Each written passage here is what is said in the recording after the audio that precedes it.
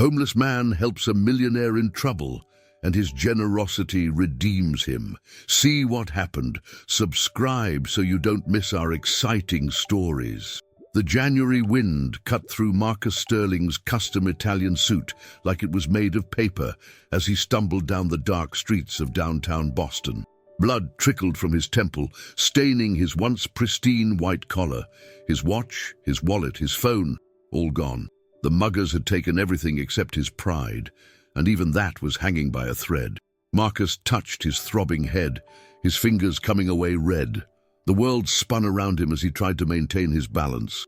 He'd always looked down on the people who lived on these streets, considering them beneath his notice. Now, ironically, he was stumbling through their domain, desperate for help. "Hey man, you don't look so good," a gravelly voice called out from the shadows of a building alcove. Marcus turned too quickly, nearly falling over. A figure emerged, a tall, broad-shouldered man wearing layers of worn clothing. In the dim streetlight, Marcus could see his weathered face and grey-streaked beard. "Stay back," Marcus warned, though his voice wavered. He had nothing left to steal, but old habits died hard.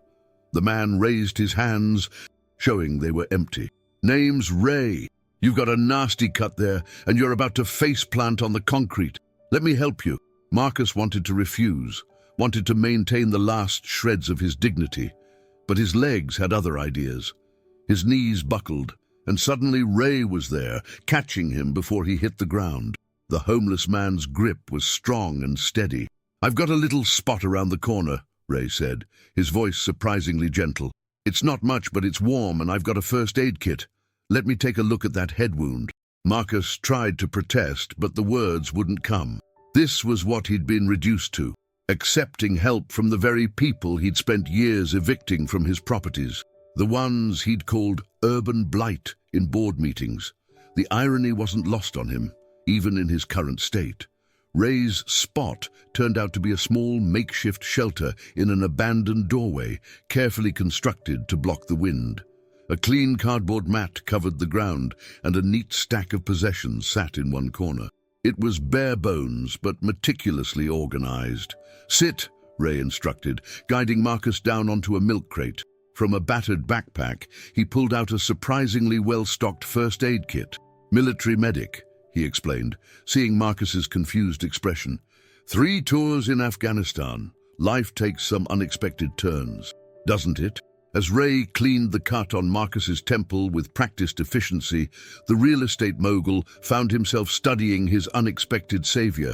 The man's hands were steady, his movements precise. There was intelligence in his eyes and dignity in his bearing, despite his circumstances. "Why are you helping me?" Marcus asked finally, his voice barely above a whisper. "You don't know me." Ray's hands paused for a moment. "I know exactly who you are, Mr. Sterling. Your company owns half the buildings in this area. You're the one who ordered the installation of those anti-homeless spikes outside the Madison building last summer. The ones that forced dozens of people to sleep in the open during the coldest months." Marcus felt his face grow hot with shame. "Then why?" "Because 20 years ago, I was like you," Ray said, resuming his work on Marcus's wound. "Had it all, successful medical practice, beautiful house, and family. Then I lost someone in Afghanistan, started having nightmares, couldn't sleep, PTSD's a beast. Made some bad decisions, lost my license, my practice, everything. Learned the hard way that we're all just one bad day away from needing help." The words hit Marcus like a physical blow. He thought about all the times he'd dismissed people like Ray as lazy or worthless, never considering their stories, their humanity. Now here he was, being tended to by one of them with more care and dignity than he probably deserved. "You need a hospital," Ray said finally, taping the last butterfly bandage in place. "That cut needs stitches, and you might have a concussion. I can help you get there." Marcus shook his head slightly, immediately regretting the movement. "I can't. My reputation, if the press finds out." Ray's laugh was surprisingly warm. "Mr. Sterling, your pride's already taken a beating tonight. Maybe it's time to let it rest and accept that sometimes we all need help." As Marcus sat there in that humble shelter, Watching this homeless veteran pack away his first aid supplies with military precision, something shifted inside him. He'd spent his entire career building walls, both literal and metaphorical, to keep people like Ray out. Now those walls were crumbling, and he wasn't sure if he wanted to rebuild them. "Ray," Marcus said slowly, "what if I told you I might have a proposition for you?" The fluorescent lights of Boston General's emergency room cast harsh shadows across Marcus Sterling's face as he sat on the examination table. Ray waited patiently in a plastic chair nearby, looking oddly out of place, yet completely at ease. The doctors had confirmed what Ray suspected, a mild concussion and a head wound that required 12 stitches. "Mr. Sterling," the doctor said, reviewing his chart, "you really should file a police report about the mugging." Marcus shook his head carefully.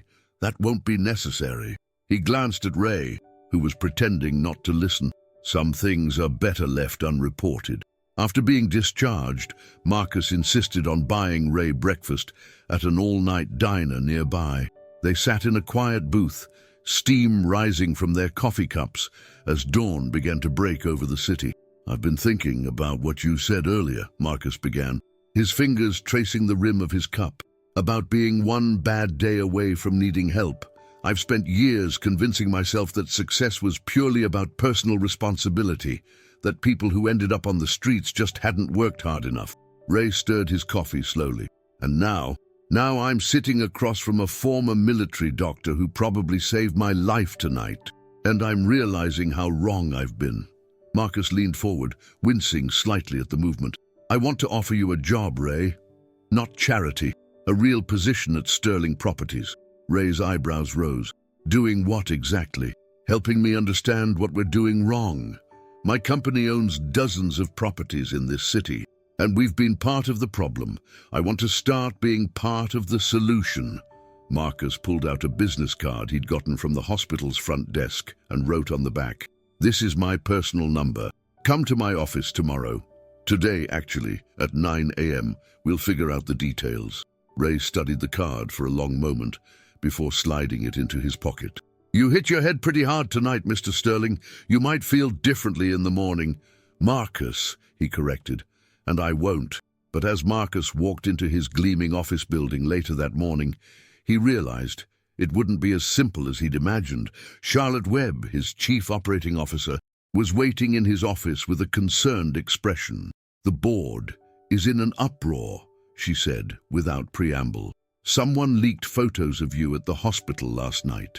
There's speculation about drug use, mental breakdown. The stock is already dropping." Marcus sank into his chair, the events of the previous night weighing heavily on him. "Charlotte, something happened last night that made me realize we need to change our approach."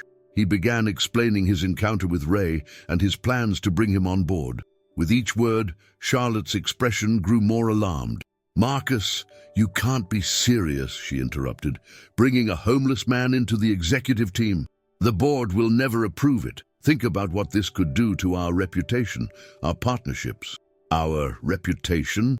Marcus laughed bitterly. "Our reputation is built on pushing people out of their homes, on treating human beings like inconveniences to be swept aside. Maybe it's time we change that reputation." Before Charlotte could respond, his assistant buzzed through. "Mr. Sterling, there's a gentleman here to see you. Says his name is Ray." Charlotte's eyes widened as Marcus told his assistant to send Ray up. "Marcus, please think about what you're doing. We have shareholders to consider." "For once in my life," Marcus said quietly, "I'm thinking about more than just shareholders." Ray entered the office wearing clean but well-worn clothes, carrying himself with the same quiet dignity he'd shown the night before. The contrast between him and the opulent office was stark, but he seemed unfazed. "Nice place," he said, looking around. "Lot different from my current accommodations." Charlotte excused herself with a tight smile, but not before giving Marcus a look that clearly said this conversation wasn't over. "She doesn't approve," Ray observed once the door closed. "No, she doesn't," Marcus agreed, "and she's not the only one who won't. This won't be easy, Ray. I'm asking you to step into a world that's designed to exclude people like me." Ray finished with a slight smile. "I've faced worse challenges. The question is, are you ready for what this means?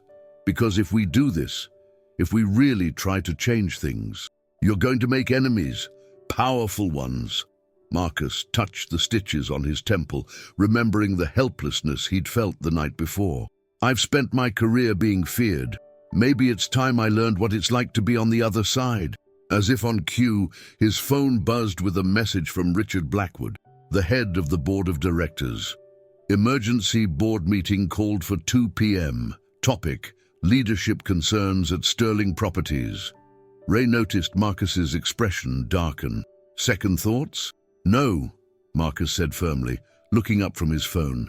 "But I need you to understand something. If you accept this position, you're not just signing up for a job.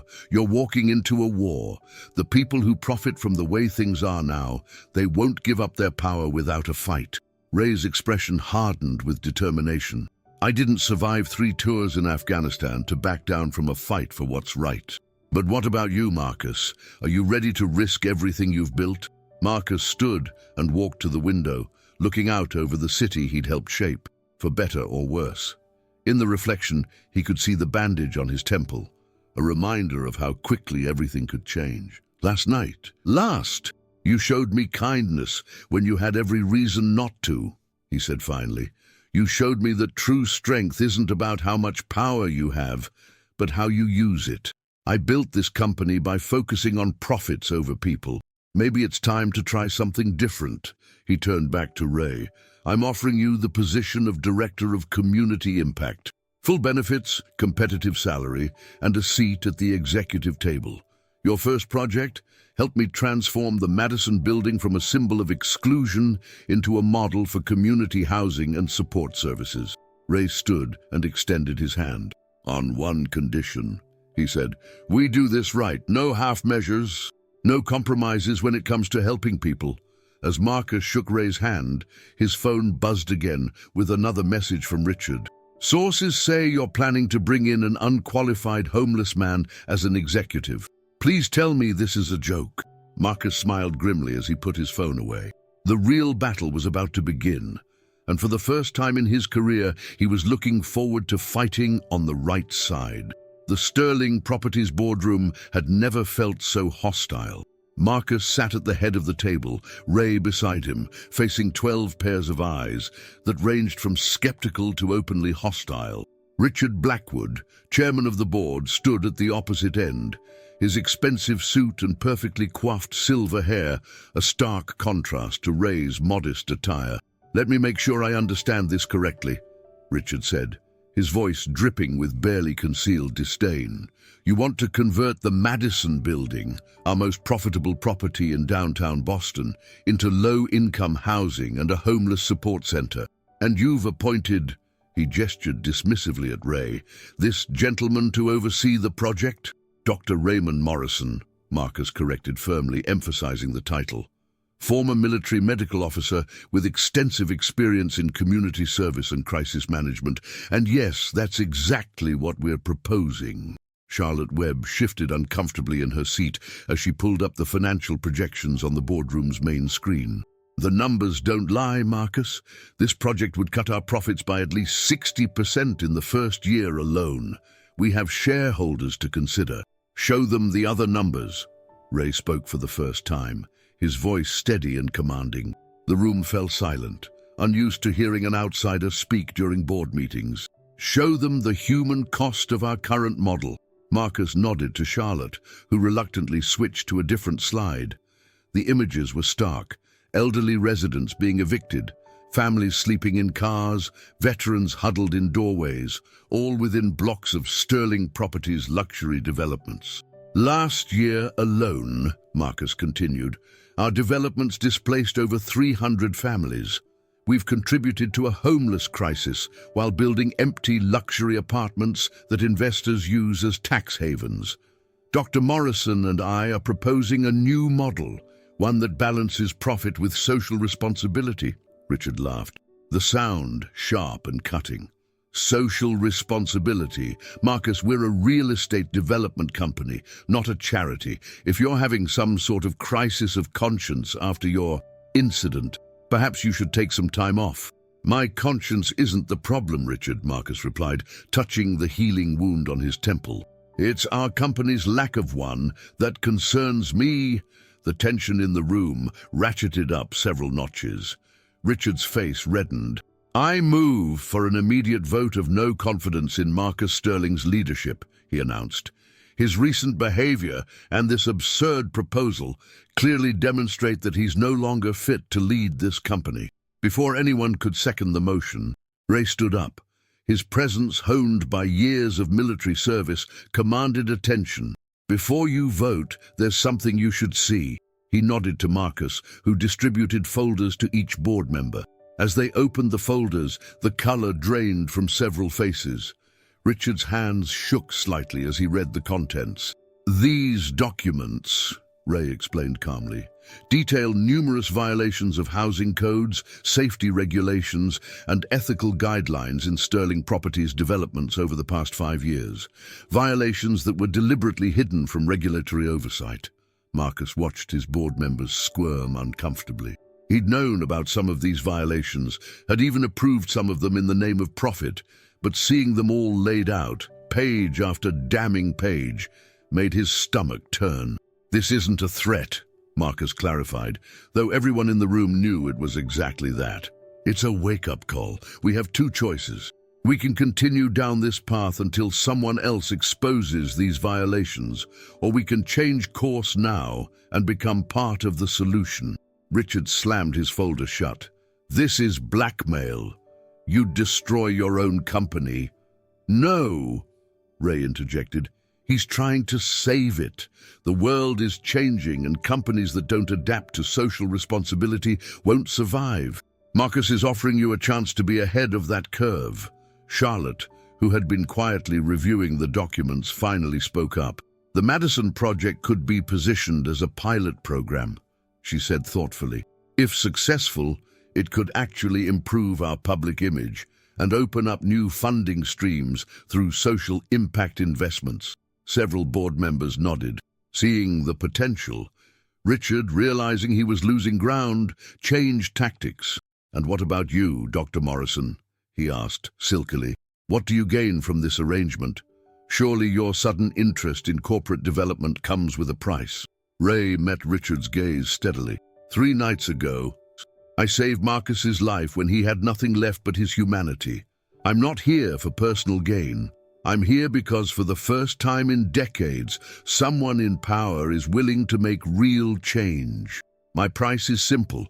We help people who need it, and we do it right. The sincerity in Ray's voice was undeniable. Even Richard seemed momentarily taken aback. Marcus seized the moment. I'm calling for a vote, but not on my leadership. We're voting on the Madison project. If it fails, I'll resign as CEO effective immediately. If it passes, we move forward with Dr. Morrison's full authority and support. A heavy silence fell over the room. Marcus had just laid everything on the line. His company, his legacy, his future. He'd built Sterling Properties from the ground up, and now he was willing to walk away from it all for a chance to do the right thing. The vote was agonizingly close. In the end, it passed by a single vote, Charlotte's. As board members filed out, some shell-shocked, others already plotting their next moves, Richard lingered. You've made a grave mistake, Marcus, he warned quietly. This isn't over. No, Marcus agreed. It's just beginning. After everyone left, Ray turned to Marcus. You risked everything back there. Why? Marcus walked to the window, looking out at the city skyline he'd helped shape. You know what I realized that night you found me. Success isn't just about what you build. It's about what you leave behind. I've built monuments to wealth and greed, but what have I really contributed to the world? Ray joined him at the window. And now we tear down those monuments and build something that matters. But Richard was right about one thing. This isn't over. The real fight is just beginning. As if to prove his point, Marcus's phone buzzed with a message from an unknown number. You should have stayed down after the mugging. Some lessons need to be taught twice. Marcus showed the message to Ray, whose expression hardened. Looks like someone's not happy about the vote. The mugging wasn't random, was it? Marcus asked, though he already knew the answer. Probably not, Ray confirmed. You've made some powerful enemies, Marcus, and now they know you're serious about making changes. Marcus slipped his phone back into his pocket, a grim smile on his face. Then we better make sure those changes are worth the fight. The Madison project starts tomorrow. Are you ready? Ray's answering smile was equally determined. Born ready. But Marcus, watch your back.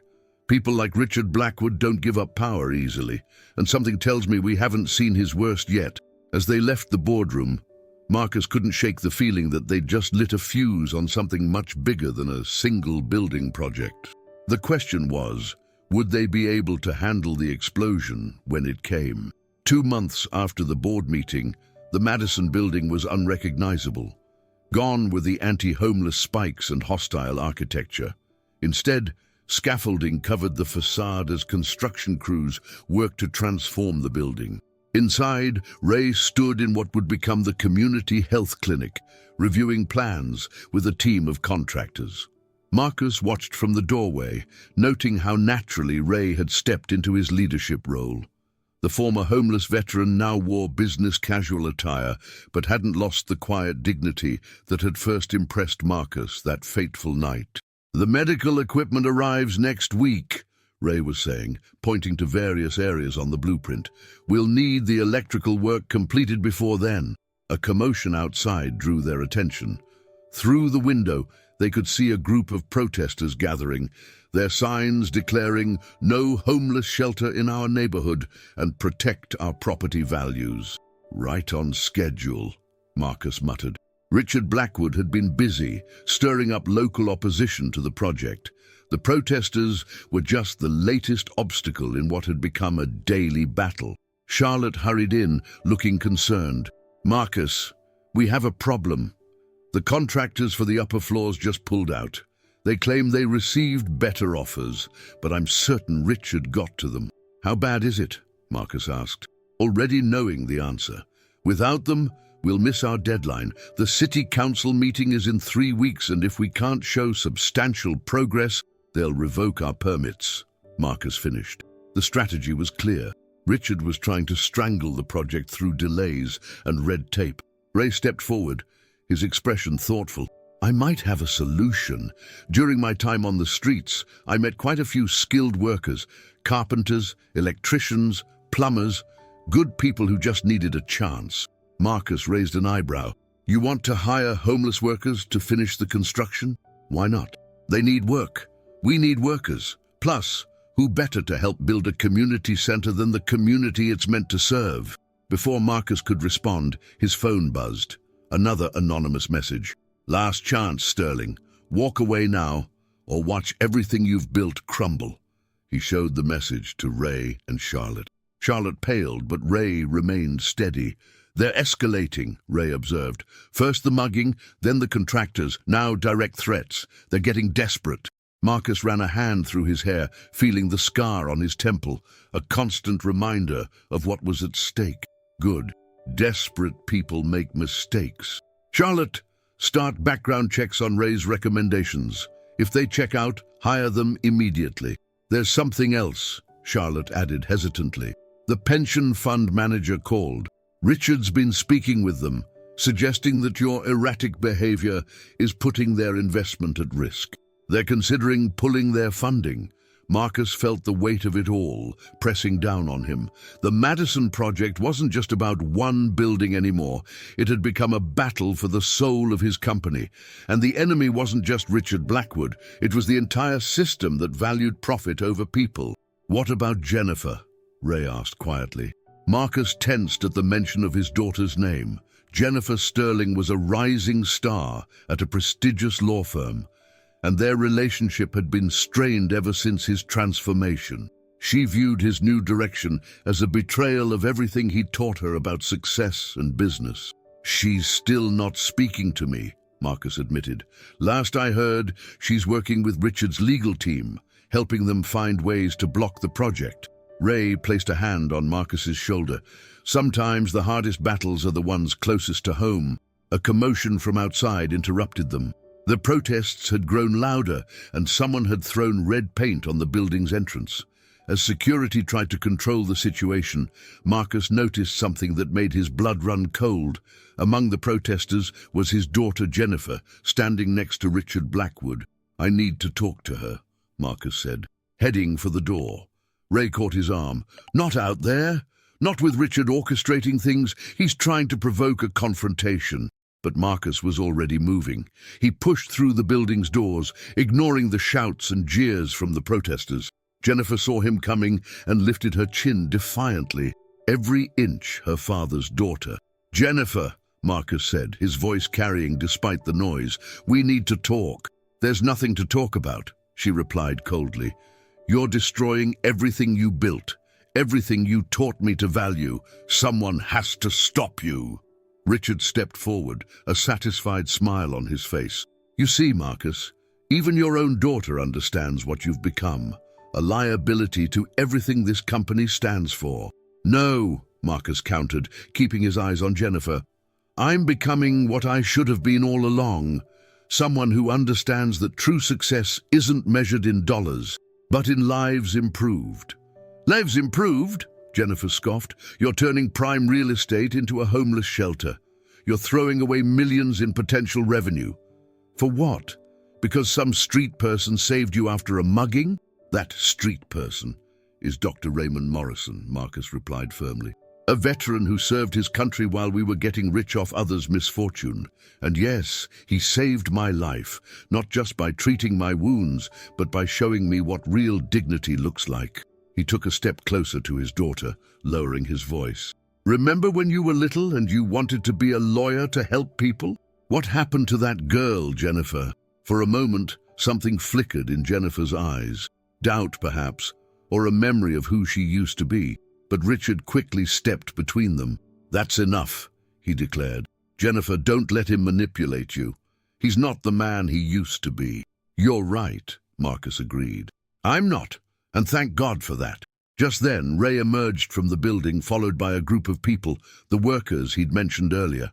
They were a diverse group, some still bearing the weathered look of life on the streets, but all standing tall, ready to work. "These men and women," Ray announced clearly, "are your new construction crew. Every one of them has a skill, a trade, and a desire to rebuild their lives while helping others do the same." The protesters fell silent, confronted with the reality of those they claimed to fear. Jennifer stared at the group, her legal papers forgotten in her hands. "This is what the Madison Project is really about," Marcus continued, addressing not just his daughter, but all the protesters. "It's not about destroying value. It's about redefining what we value.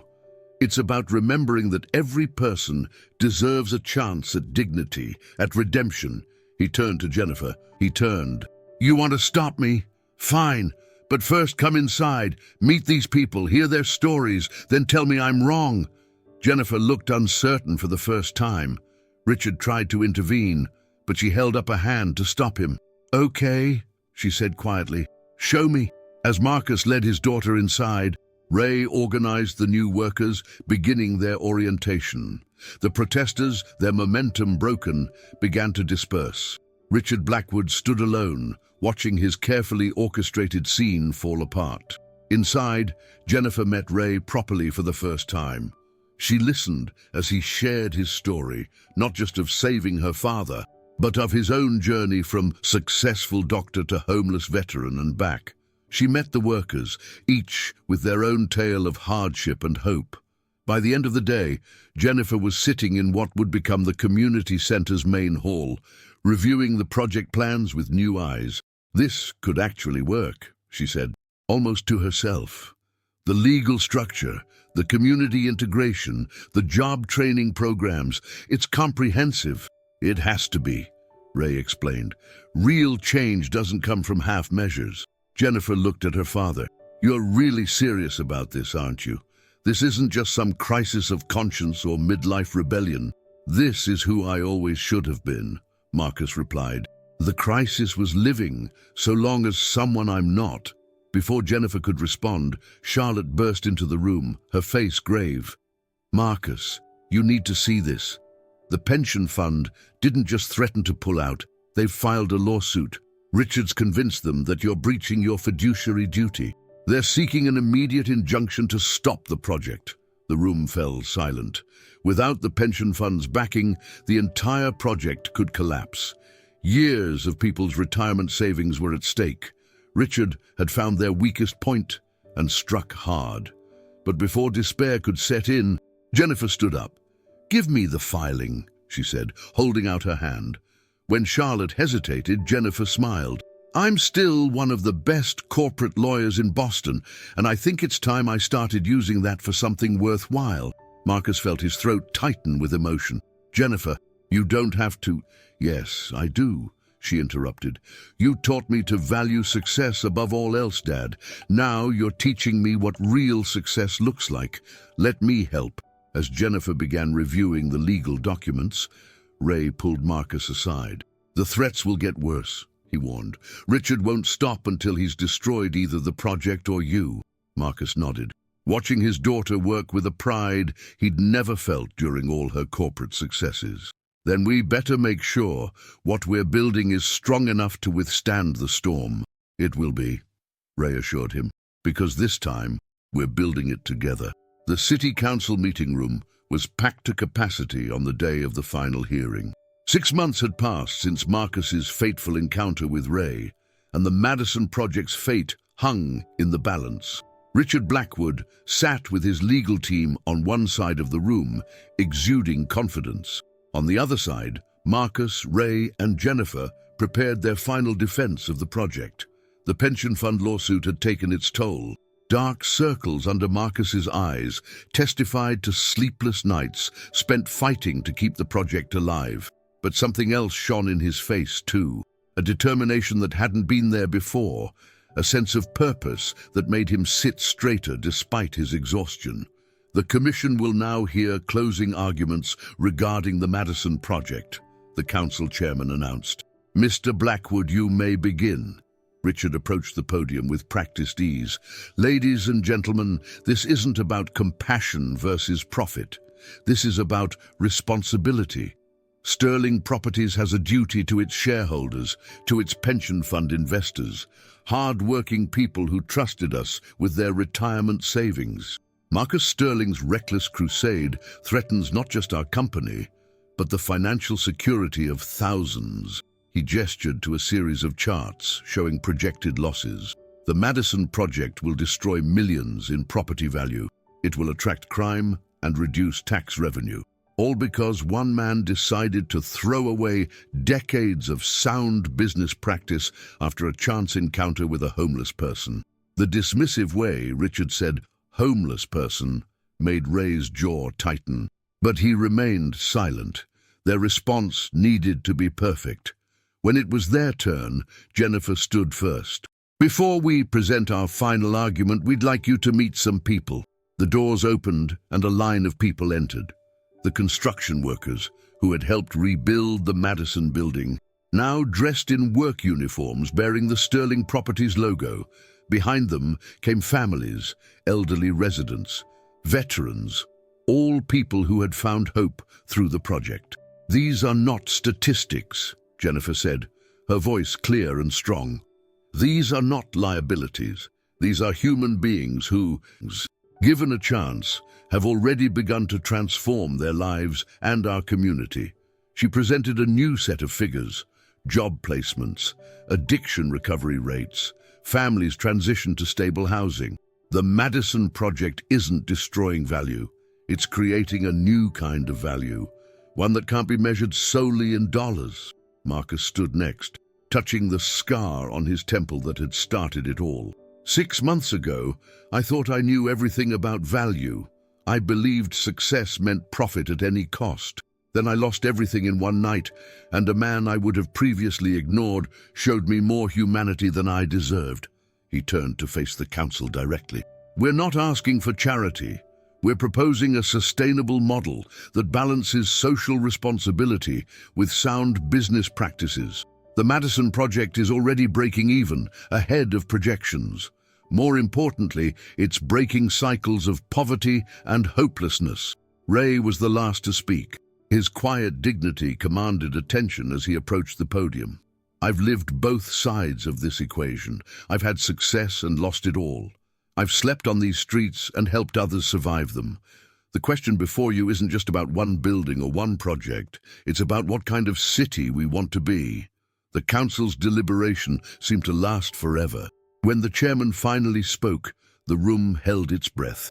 After reviewing all evidence and testimony, this council finds that the Madison project serves the public good and meets all zoning and safety requirements.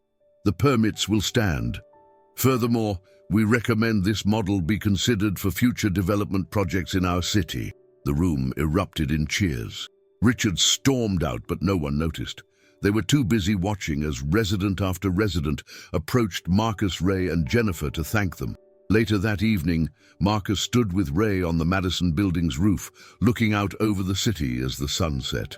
"You know," Marcus said, "I spent years building this company, thinking I was creating a legacy.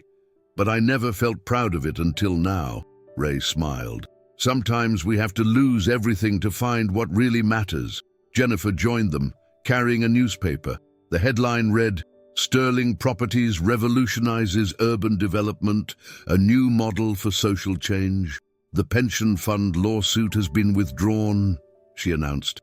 "Turns out our success rates made their case fall apart," and she paused, grinning. "3 other cities have already contacted us about implementing similar projects." Marcus looked at his daughter, then at Ray, the homeless man who had saved not just his life, but his soul. "Ready to change the world?" he asked. "One building at a time," Ray replied, extending his hand. As they shook hands, the last light of day caught the Madison building's new sign, the Morrison Sterling Community Center, where hope finds home. Sometimes, Marcus reflected, rock bottom is just a foundation for building something better. He had lost his pride, but found his purpose, and in the end, that made all the difference. What would you have done in Marcus's position? Would you have risked everything you built for a chance at redemption? What do you think about Ray's decision to help the man who had previously contributed to policies that harmed people like him? Share your thoughts in the comments below. Your perspective matters, and we'd love to hear from you. If this story touched your heart, don't forget to hit that like button and subscribe to our channel. We carefully craft each narrative to bring you powerful stories of transformation that will move you. Speaking of which, see that video on your left? Trust me, if you felt something watching this story, you won't want to miss that one. It's another journey that will keep you on the edge of your seat until the very last second. Sometimes the most remarkable transformations come from the most unexpected places. Remember to turn on notifications so you never miss our latest stories. Each one is carefully selected to touch your heart and maybe even change your perspective, just like this one did. See you in the comments.